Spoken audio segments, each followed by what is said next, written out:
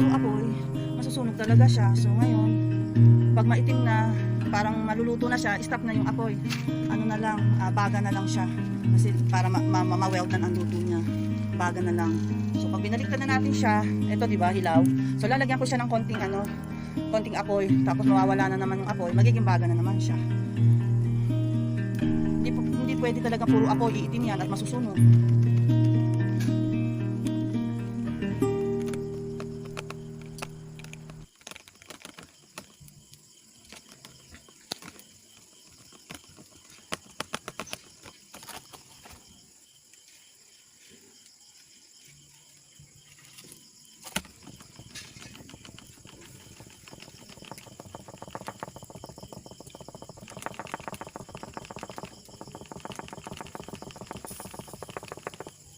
Kasi pagbaga malasa yan, pagbaga lang ang magluluto, malasa yan.